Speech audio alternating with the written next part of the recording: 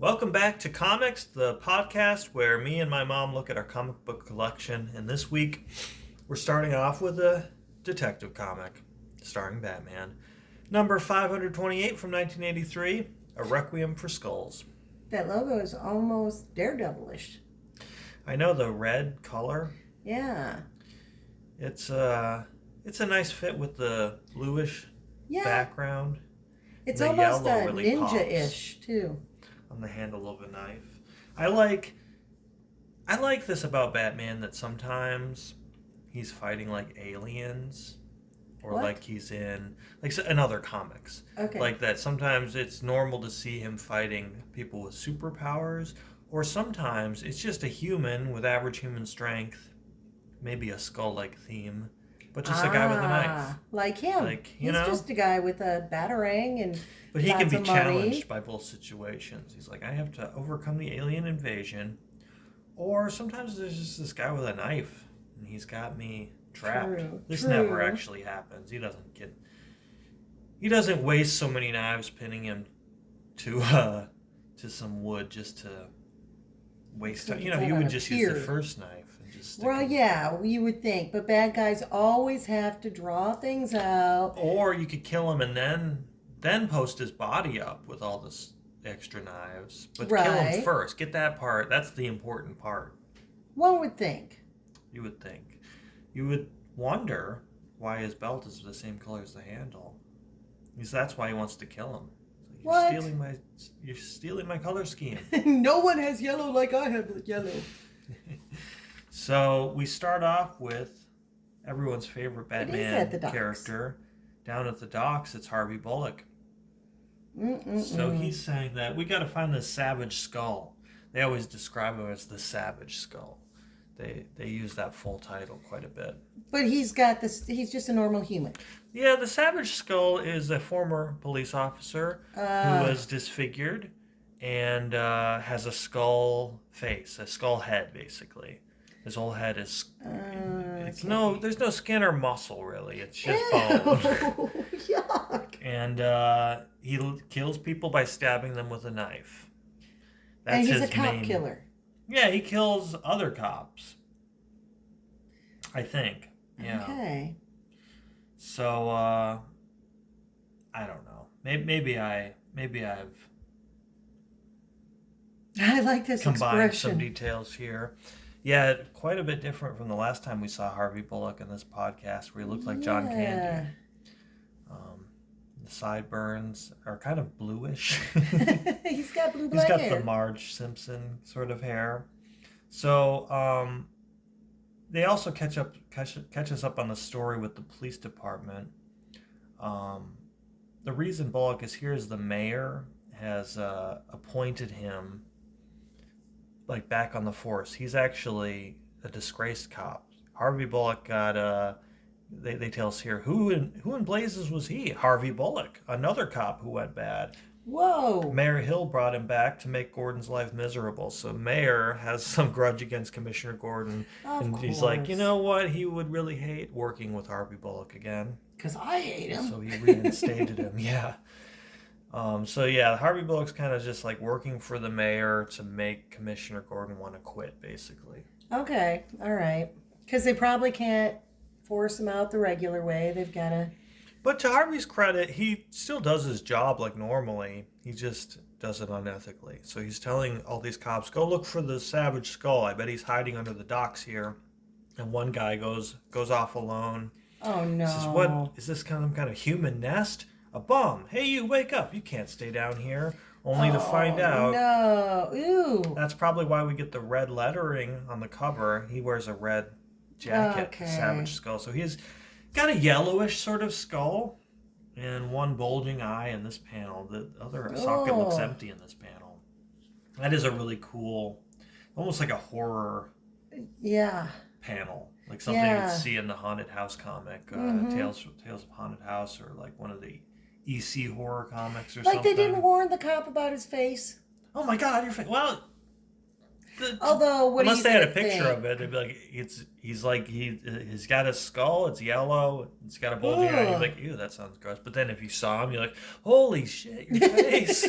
Yeah, You still, true. you knew what to expect, but it doesn't make it less gross. That's true. I like this panel of him lunging at him and This is great. sequence. Yeah, that's really cool visual storytelling. We don't Very have to see him nice. get stabbed. It's all right. We can almost not seeing it makes it worse in some ways. It's in our imagination. You hear it. Thunk. That's him just hitting his head on the board. Oh, all right.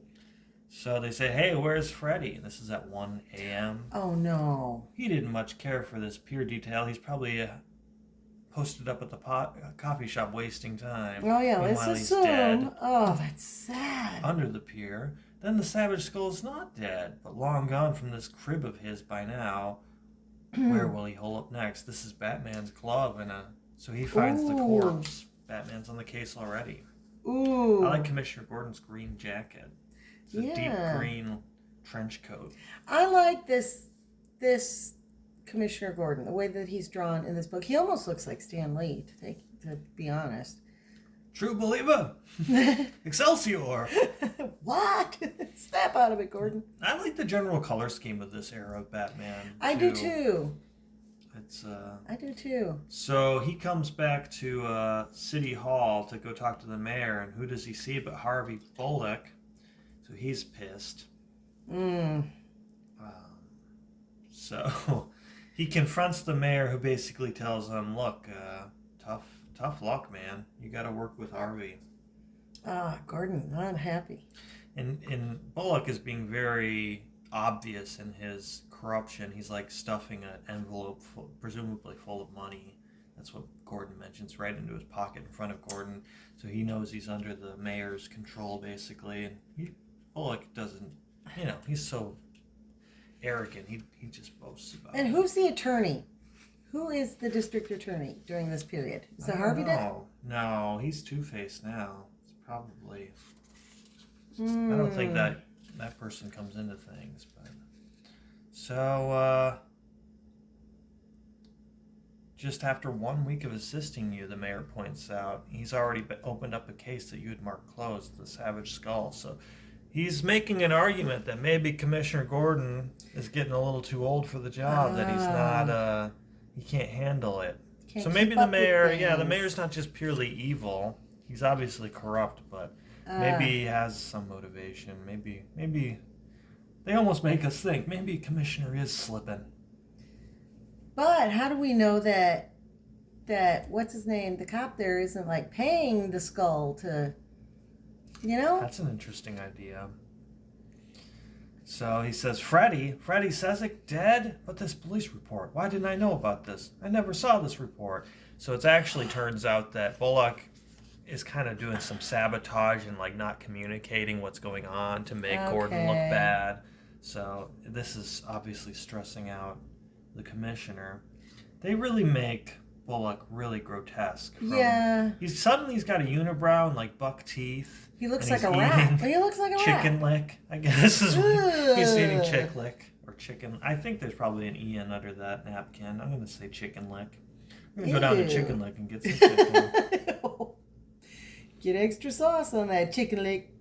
Ugh. Yeah. He looks very Neanderthalish. He's an assistant commissioner. That not only did he get back on the force, but the mayor has appointed him the assistant commissioner. Wow. With a great opportunity for advancement. So, I guess the mayor wants the influence too of having the But Gordon's always got his little friend that he can count on. You know it. He's smiling. This is a great panel.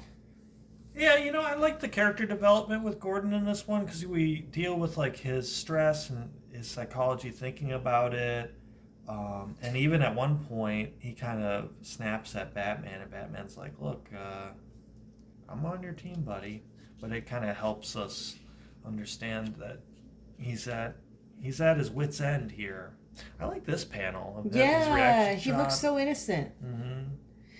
Batman looks very cat-like there, very intense and Suddenly, he goes from having a unibrow to like it cleared up a little bit in that panel. Wow. That's a funny panel. He's like licking his fingers. He's like chicken licking good. Yeah. Ugh. How realistically, how long is a guy like Bullock going to hang out eating that fried chicken, smoking those cigars? Right. He's not in any good shape. So I do like the perspective in this like downward shot. Yeah, that's of nice. That's nice. Nice art in these books. We never should have closed the book on the skull, not until we could prove he was dead. I never did, Jim. I'm the one who discovered Freddie Sezik's body under that pier. What? And you didn't inform me? I was busy searching for the Savage Skull. They like to call him the Savage Skull. Besides, I knew you'd find out in the morning. I didn't want to wake you in the middle of the night. Why the hell not? Because I'm getting too old? Easy, Commissioner. Get a grip on yourself. We're not enemies. I like the little eyebrow. Yeah. For like, bitch, please. He's like, you really want to pick a fight with me? And yeah, that reaction shot. He's like, oh, he looks so shocked. Don't you think I know that, Batman? It's Bullock, and he's not done. He's not done yet. He'll probably louse up the arrest and maybe even get someone else hurt. He's gonna louse it up. Well, I mean, yeah, He's gonna get his greasy chicken fingers all over this case. Hopefully enough to get him fired. Yeah.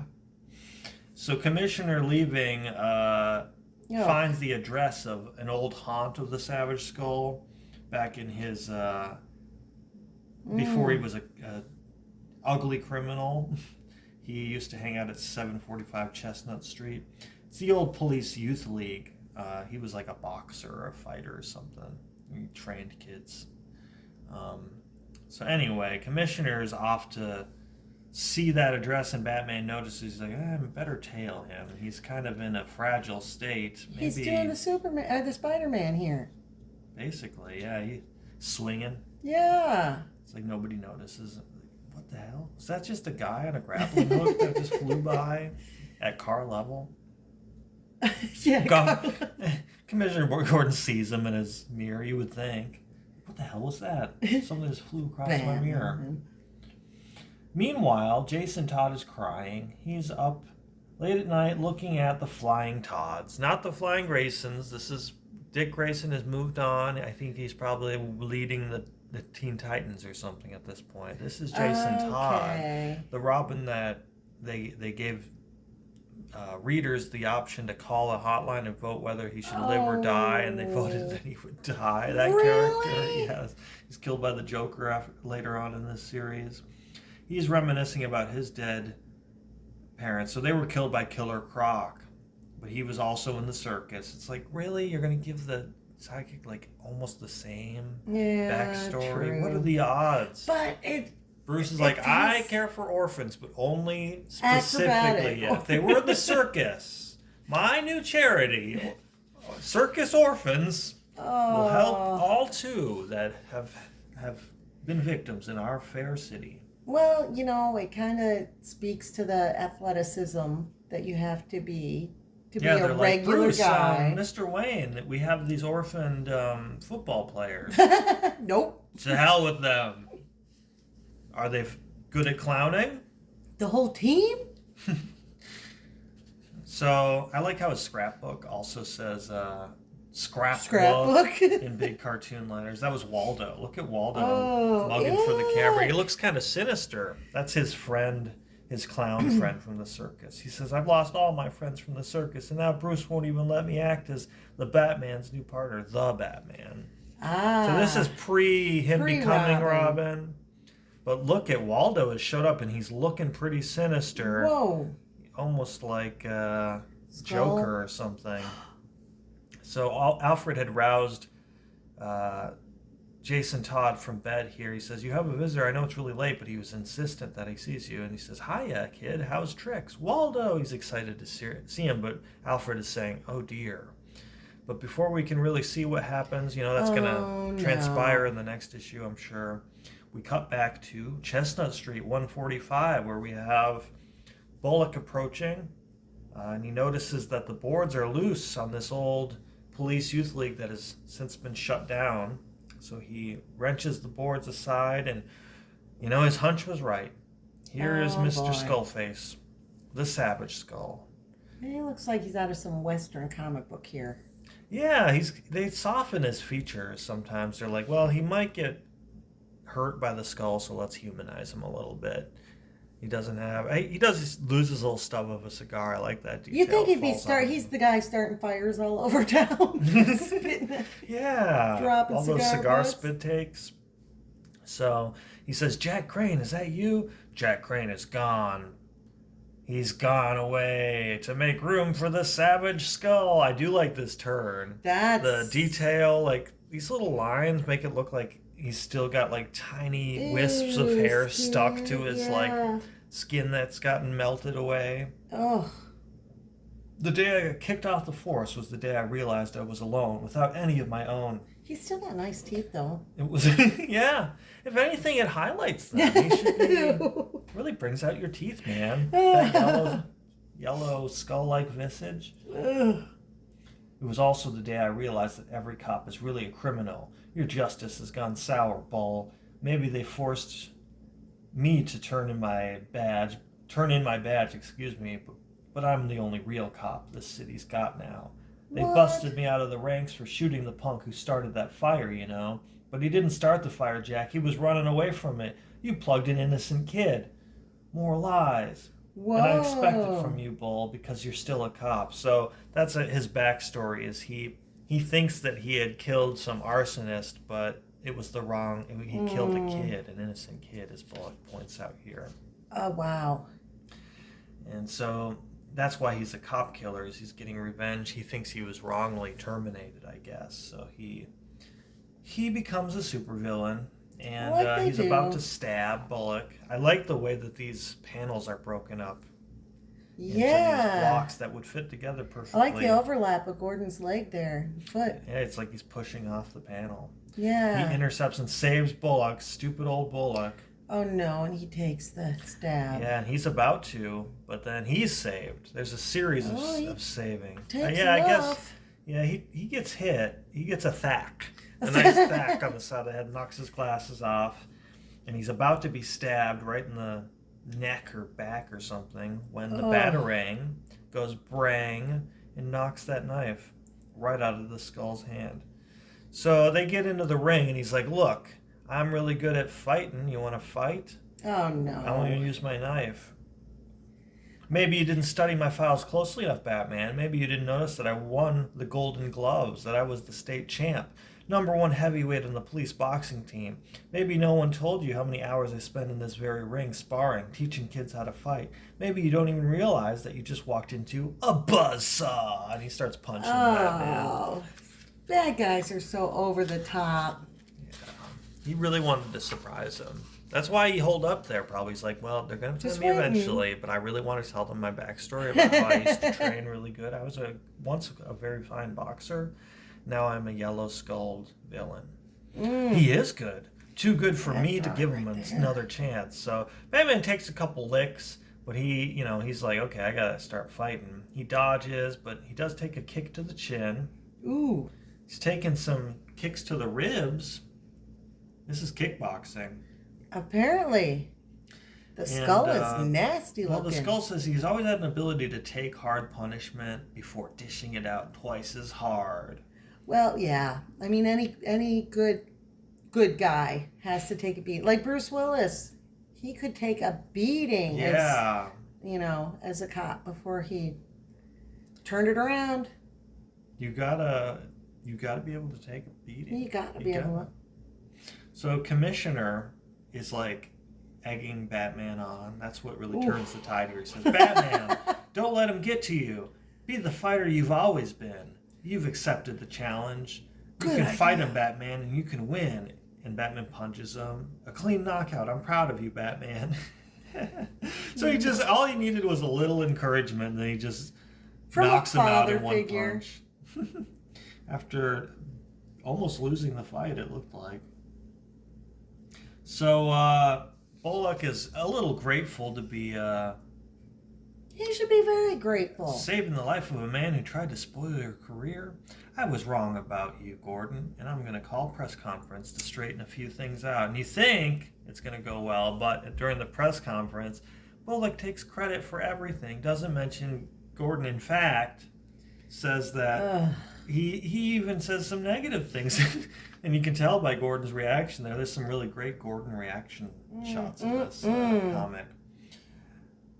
You made the collar all by yourself, Bullock? The reporter says. Yeah, I did, and believe me, it wasn't easy, particularly due to the reckless interference of one Commissioner James W. Gordon. The man not only jeopardized my collar, but he also callously endangered my life and his own. He is an absolute incompetent and a dangerous menace to this city's system of law enforcement. I herewith publicly recommend that he be drummed from the force. Wow. What? Just notice, I herewith publicly, there's a T in there, publicly recommend. I don't know if that's purposeful to make him sound ignorant or... Well, he is ignorant. He's evil. Wow, does he get his comeuppance? No, he becomes Batman, actually. he once he becomes commissioner, it's not enough. No, we'll have to see. We'll have to see if we've got the sequel issue in our collection. But we do have a B story quickly. Green Arrow. This one is not that satisfying because we're in the middle of, I guess, last issue, he had just intercepted this canister. He says, some character named Ozone lobbed this compressed air jet into my hands, and like a fool, I caught it, so now he's plummeting 30 stories down. Oh. And this is like shooting out some kind of spray or compressed air. You'd think it would be ozone. Is it ozone? I'd say he's got a can of ozone, basically. But he's like, what if I turn it upside down? And it shoots him back up, and he rides it back into the broken window, the 30th floor. He points his toes. I know. Well, he's got to be aerodynamic. Yeah. Whoop. He's done this before. None of his arrows have fallen out of their quiver somehow. He's always dashing. They always draw him dashing. I like the way his hair moves there. Yes. It's like moving in different directions. It makes it seem more... The Green Arrow on TV doesn't have that, that thick, luxurious hair. No, he's got a shortcut, if I remember. Pretty military shortcut. I like this Poisoned Art. Oh, no. That's the title of this story. So I like is that font, though. Is that a can of paint that he kept? Well, yeah, that turns out Ozone is kind of like an artist criminal, I guess. Okay. So as he gets back into the 30th floor, Green Arrow witnesses Ozone being attacked by this trench-coated sort of cop or detective or something. And I said, I don't want the damn money or that junk you call art. I want the canister you stole.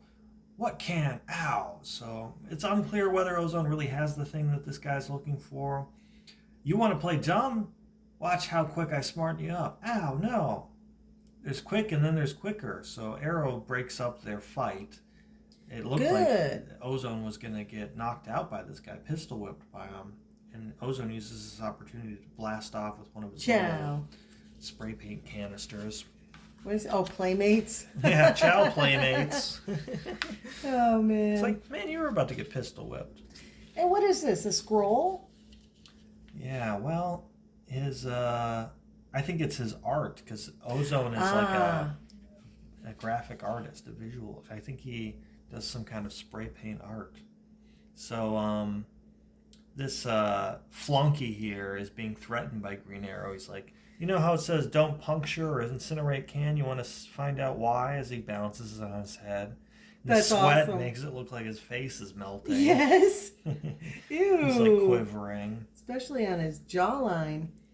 Oh, and I should have mentioned he's stuck to the wall. The arrows, with the arrows. And that's one of his classic moves. Yeah. Well, I was wondering if he was going to use his padded arrows to knock them apart, and it's got to be hard. What if he missed a little bit? I know. Punctured his arm.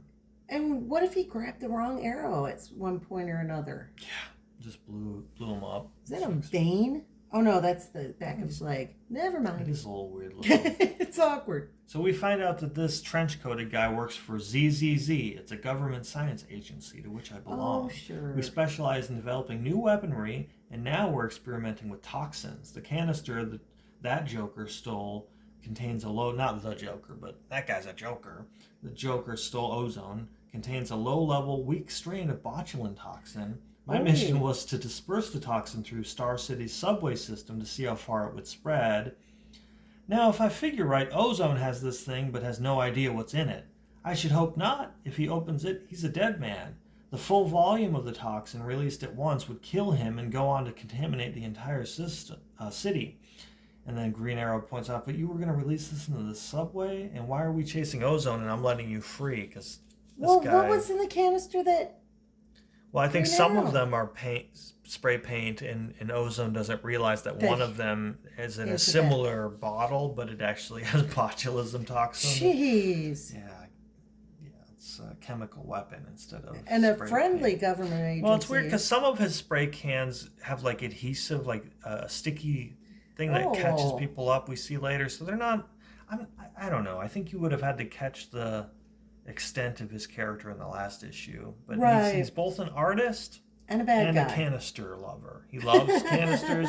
It might be silly string, it might be spray paint, it might be mace, and he actually uses mace later on. Okay. So anyway, Oliver goes back to his job at the Daily Star. He's not currently a millionaire. He has a regular day job being a journalist. What is it with journalism and superheroes? Anyway, who's the guy with the piano key? I know that's kind of a dorky scarf, man. I remember though first seeing that and thinking that is really cool, but I was really young. Yeah, I would have liked that at one point. Right now, I don't think I would rock the keyboard scarf, but maybe in another couple of years. So this guy is trying to warn Oliver. He's like, I've been listening to the radio. I keep getting these ZZZ like secret calls. I think some spy like people. So it's that same government agency the guy in the trench coat works for, but Oliver's dismissive. I think maybe he wants to distance himself from that since he's involved with it with Green Arrow. He's involved with ZZZ, so he doesn't want to also investigate it in his alter ego. That's smart because Peter Parker would be on it and then make money. I have to go anyway. I'll take pictures. Right. I'll just act like both of those people were there. No one's going to notice. I love this. Oh, Ollie, if you only knew that I know all about what the ZZZ is from experience, and I know who the spy really is, but you'd never believe me. He looks so concerned. I know. He's got puppy dog eyes. Yeah. So they're at the Sontag Gallery now, and this is Ozone's art showing. He has like his show in order to entice Ozone to appear so he can get that canister back. It's a trap that they've sprung for him by giving him an art debut. So Oliver's kind of making small talk and thinking about how he doesn't really care for this sort of thing in this environment. Call it impatience, but I think I've lost my talent for schmoozing with the idle rich. Some of these clowns would have come to the opening of an envelope. But don't you agree that graffiti heralds the rise of a more vital culture, a street culture, a youth culture? Honey bread molds a more vital culture. He doesn't think much of like street art, I guess. Nice. Okay. I guess he's traditional. He's like, I want landscape paintings. That's it. Not even a portrait. He's sprayed a super sticky glue this time. So Ozone has appeared, but he's incapacitated everyone. And he ends up robbing them. He steals their pearls and such. How's he ever going to get anybody to come to a show again? Right. I mean, some people will have like finger food. And even then I'm like, I might not do that again. But if you're robbing people at you, it's just provocative. Maybe that's part of the art. Oh, and this guy fell in it. Yeah. Well, here we go. My eyes, I've been maced. So the ZZZ officer's about to get him around the corner with his gun. So he's got a canister for that. Good thing he can keep all his canisters straight, right? Exactly. It's like the Green Arrow and his... whatever, the botulism. Right. He is similar. So both the hero in this story and the villain are both people that carry similar looking tools with different functions around with them and use them on each other. Yeah, like at lightning speed. That's kind of goofy. I don't know. This is the end. This is the last panel. He kicks him in the butt. So not only does he get maced, but he gets knocked into that sticky adhesive that's been sticking everyone to the ground here, and Ozone gets away. So we have to see next month. Okay, so they didn't end the story. No, next up is Lost in the Ozone. Not that XXX or ZZZ guy wouldn't have deserved having botulism. Right, it's like it was going to happen to anybody. But as you heard, if he had sprayed it, it's powerful enough to kill the surrounding people as well. Oh, true. It wouldn't be great. So my comic this time is the Sensational Spider-Man. Sensational. Buzzed. And this is from 96. I like how they drew the Spidey I know, this is mask. Just when computer graphics were becoming more, like, accessible. So, like, I guess we'll just make it a computer. Because we can. You know what I mean? Like, it's 3D. It's cool. It's circular. Is it? It's like an ice cream sandwich. It is. Although, remember going down to the corner and getting, like, the SpongeBob ice cream on a stick? Those and are it good. Looks good on the outside, on the packaging, and then you open it up and it's deformed. wonky. Yeah. Like, that's not Patrick. What happened to Patrick? This is Spider-Man when he has the little weird technology bracelets. Yeah. His web shooters are like bracelets, like cuffs. And this cover is dramatic. Bees. And it's got a lot of action and drama, but it doesn't actually happen. He doesn't get stung by thousands of bees. He doesn't. But They're ripping open his costume. I know. How could he get stung that badly that it's ripping your clothes open? He's only got visibly, a dozen of them or so. We have a clue to our Peter Parker. He's blonde now? He's blonde. They stung him so much it changed his hair color to a nice honey. So we open to this young lady named Desiree who is running out of a play. Well, not running. I think it's a intermission. But she is bemoaning the fact that her date all of a sudden had something come up and had to leave. Said he'd be right back. But she takes a look at outside and she's like, oh, I know why he had to leave, which makes you wonder, who is this person? And we have Johnny Quest. This is when they relaunched Johnny Quest on Cartoon Network. His dog is awesome. Hey, Maddie.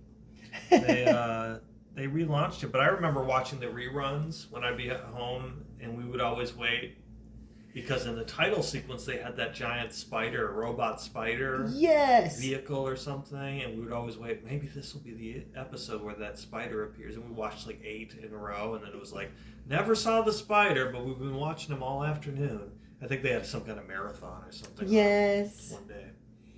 It would be, with that little dog, we could put a mask on Maddie, and for Halloween, we could be Johnny Quest in the team. You can be Haji, I guess. I know. How would you do that? Not tastefully. Probably just not at all. Yeah, that's what I'm thinking. So anyway, they peek out the window, and all these bees, people are running. That looks like a Dillard's or something, but not hundreds, but millions of bees. The color difference between this and the Batman comic, so different. Otherworldly. Color saturation or something. It's paper quality, I guess, the age. So look at this poor guy. Oh, is that dog barfing? Or are the bees flying out of his mouth? These bees are taking... the cops are on alert. They've got their weapons drawn. What's a shotgun going to do? Shoot the bees? Yeah. This is Ben Reilly. Currently, he's wearing a Spider-Man costume. That's because he is the Sensational Spider-Man. This is the clone Spider-Man. So we have a new Spider-Man. And this entity here says, "You are too late, Spider. There's nothing you can do to stop me/us." So this is amalgamam. It's an amalgamam of all these swarming bees into this his name is Swarm? Swarm. I like the way they stylize his font for his dialogue. It makes him look more menacing. Oh yeah, it gives him a very alien kind of appearance. And I like how they draw him with it. These are reminiscent shapes of bees, of bumblebees, but it also looks very hive-like or very honeycombish. I think they did a really, really nice job with the art in this book. I get why they do. Currently, he/they have commandeered the Institute of Seismoharmic Studies, and then he says, there is nothing you can do to stop me / I get they're a hive mind. There's several of them. Right. As you can tell. But why not just go with the plural? Why you gotta be me and us? Like, well, is he literally saying out loud, there is nothing you can do to stop me / us? Probably. It kind of takes some of the zing out of your trash talk. He probably me, us, Yeah. and says the us like even more aggressively. I would buy that more. Yeah. And it's like, okay, Swarm, is he a human who's in control, like has control? Over swarms of bees, or are the bees controlling him? Like, how's the deal? To be or not to be? But anyway, they have the Institute. The seismoharmonic. In there. Seismoharmonic. Yes, Excuse in there. me. Yeah, of course. The Institute of Seismoharmonic Studies. So, and you've got Ben coming in. How do you like the spider suit design? Like the way the color is broken up and stuff. It's a little different, isn't it? It's different, but I mean, I kind of like it. Almost like a V, because the arms, under the arms and the legs don't have much of the it's not red.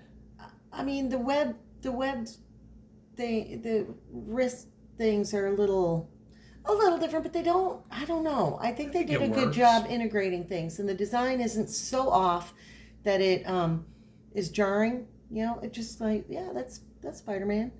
But what he comes in, and I do like that he still has like a light attitude. He can crack jokes just like Peter. But he comes in and he's realizing that as he's coming, these bees are making room for him. He's like, yep, they're avoiding me. Like I doused my costume in Raid. And he goes, but before I swing in with both feet, I think I want to try one more test.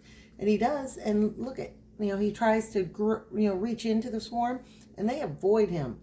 And he's like, that's going to make things a whole lot easier. Thank you, Peter Parker.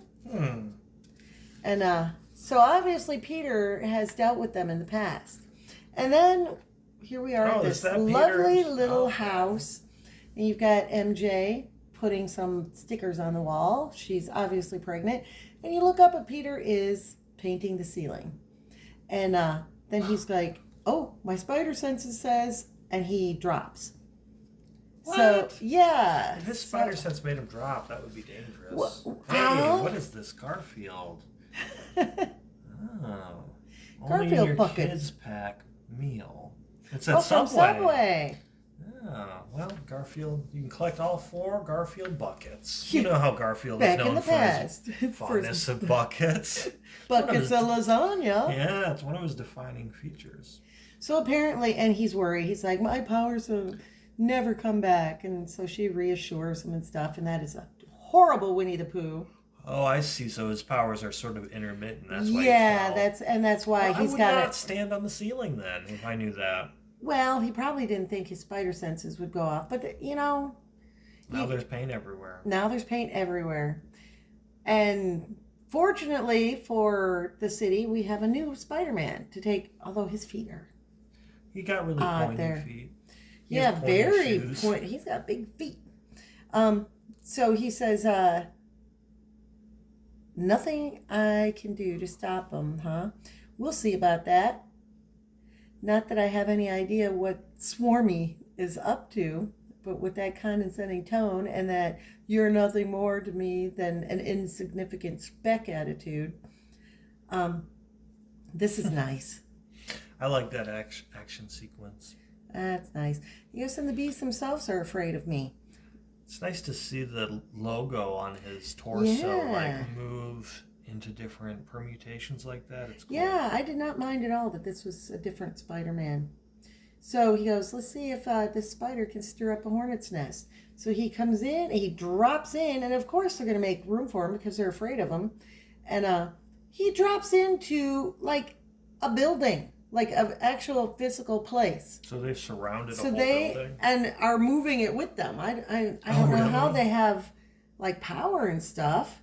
But he's like, this is that seismic research place. I read a piece on it in the Scientific American. So it's a good thing he reads. He's literate. No, he likes to stay informed. He goes, they monitor the web of vibratory patterns that exist in every single thing on the planet. Animal, mineral, vegetable.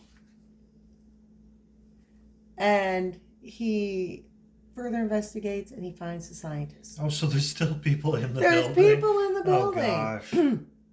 And they are, what Swarm wants to do is that they manipulate the seismic,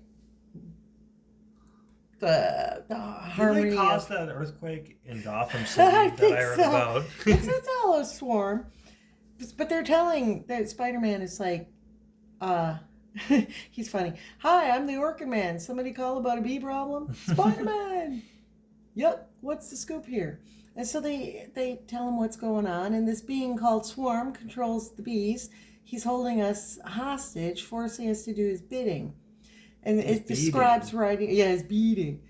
He's having us use our new harmonics generator to repair a recently damaged vibratory field, the one he uses to communicate telepathically with his colony of mutant killer bees. And so they're talking about it, and when it reaches a certain level, then he's going to have all the control. And Spider-Man's like, well, they say what would happen if you refuse to do this? He goes, if I refuse, I don't think... And he has all these bees swarm him. He goes, what would happen? And so, he's listening, and they're swarm. And they would die a horrible, painful death from within.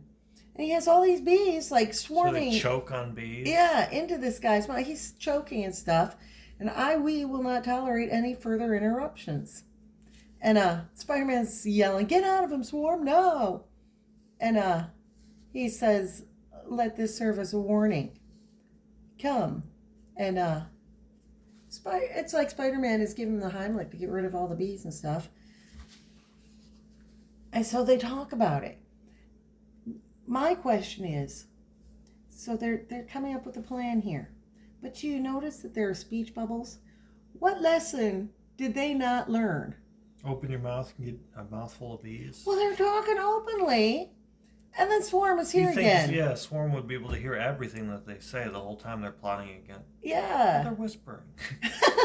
Okay, so.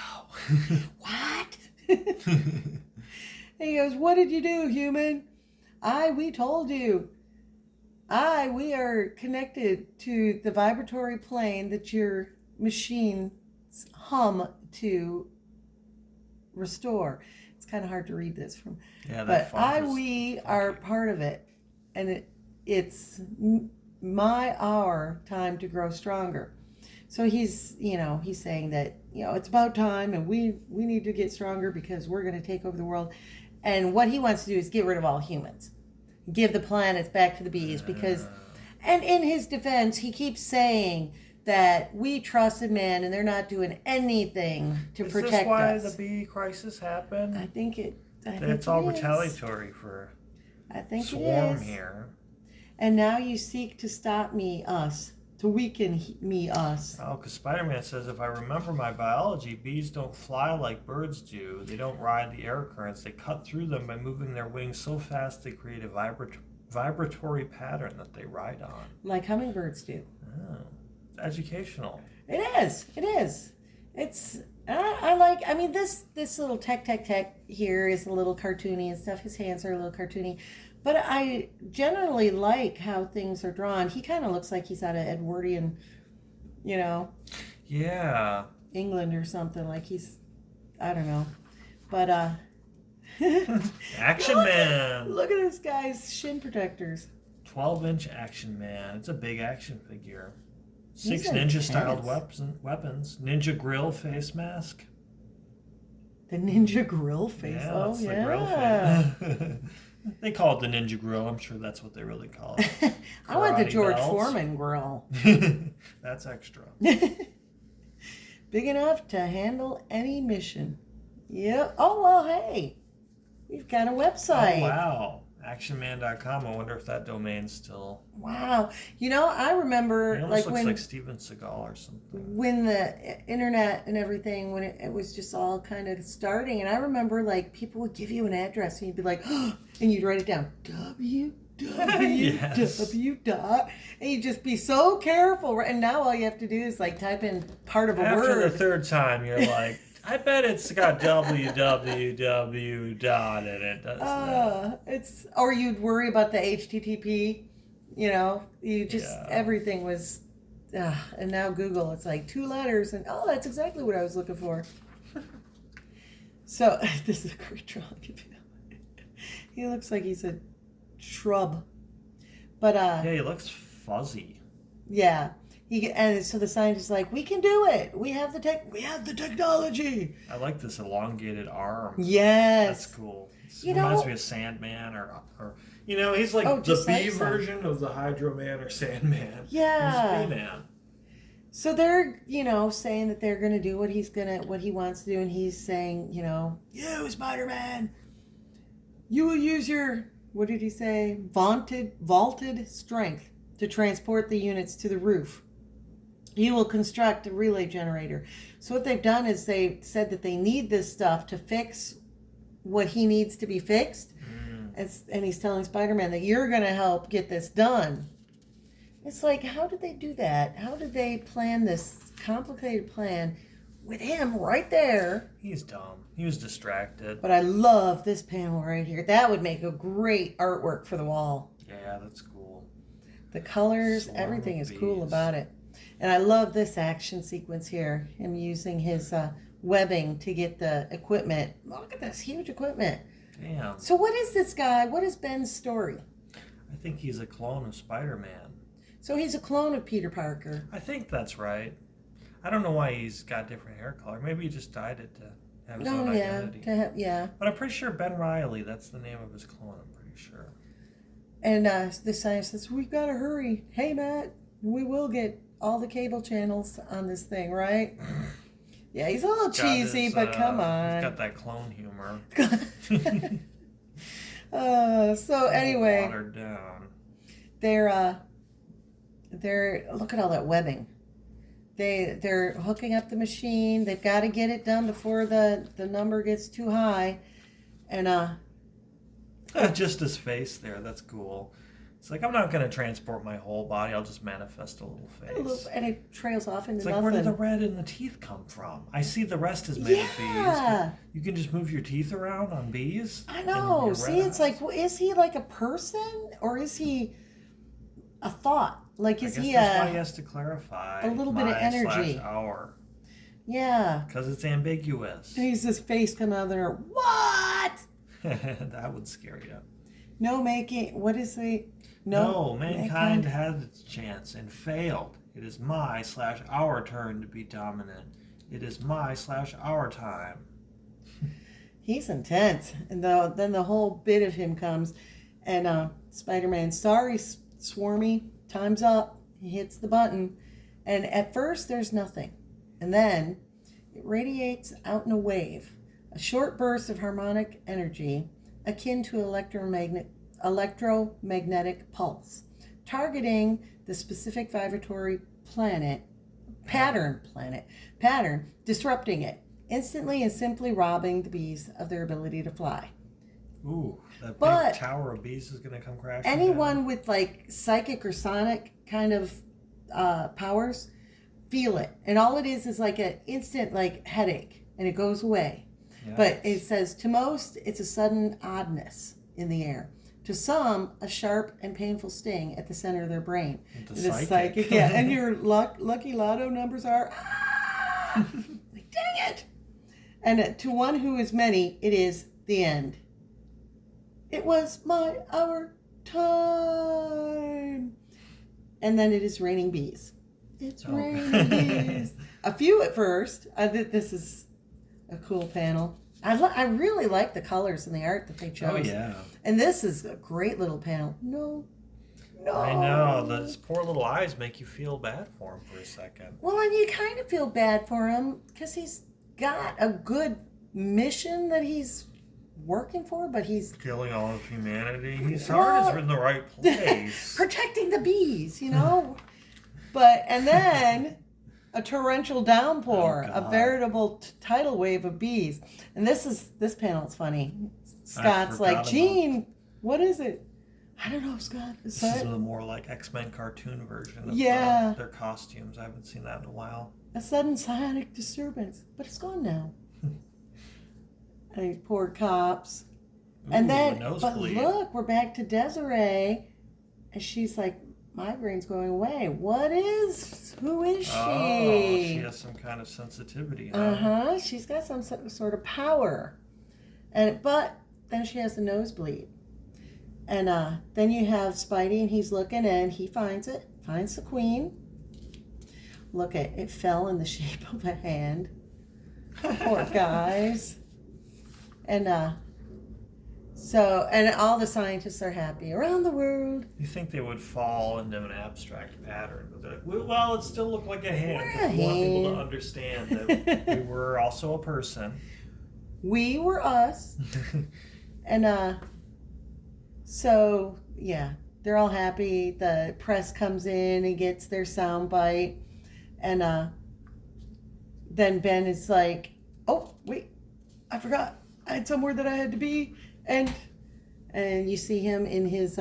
He was hoping to get back to the opera. Or whatever well, they were at a play. They were at Rent. They were seeing Rent, and so he's thinking, like Archie or something. I know, doesn't he?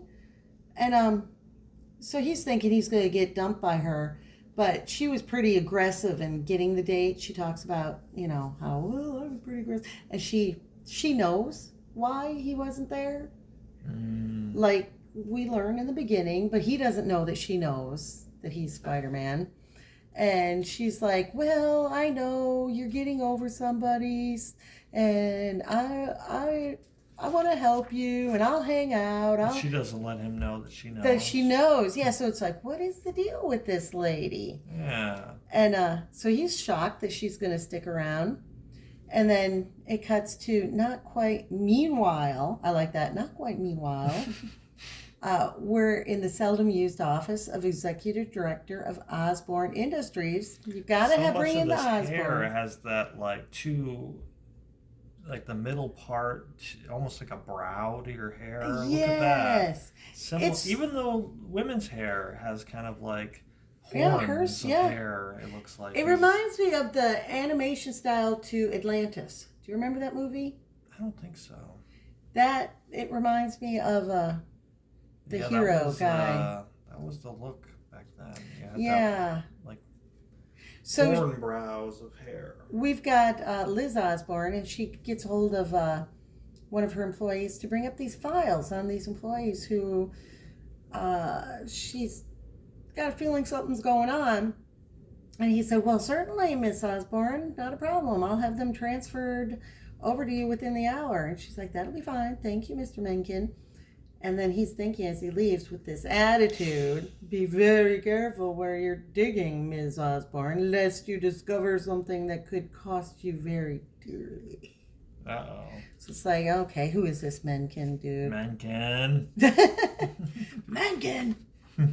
And then we cut to... Oh, that's a cool letters page. Yeah. Looks Halloweenish. And then we've got this. This is so cool. Time slip. And this is like... It's 1962 again, and Stan Lee had just had a new idea, excuse me. And new artwork for... Oh, that's cool. Yeah. I love this drawing. That's fantastic. Yeah, that's really cool. But then it's like, well, what if... Time slip. Doom. Oh, wow. So it's like a steampunk version of... Isn't that cool? His uniform. I love that. That's really cool. Background. I mean, everything about this is great. This art looks familiar. I wonder who drew this one. I don't see it. John Paul Leon, perhaps. This is beautiful, though. Yeah, I wouldn't mind having that a big poster for him. Yeah, that's cool. And then... Hey, is that Nick Fury? Is it? The Howling Commandos, Sergeant Fury and the Howling Commandos. I guess he's in Vietnam instead of World War II. No, it says Cuba here, I see. Yeah. So for more cool stuff, check out Marvel Vision every month.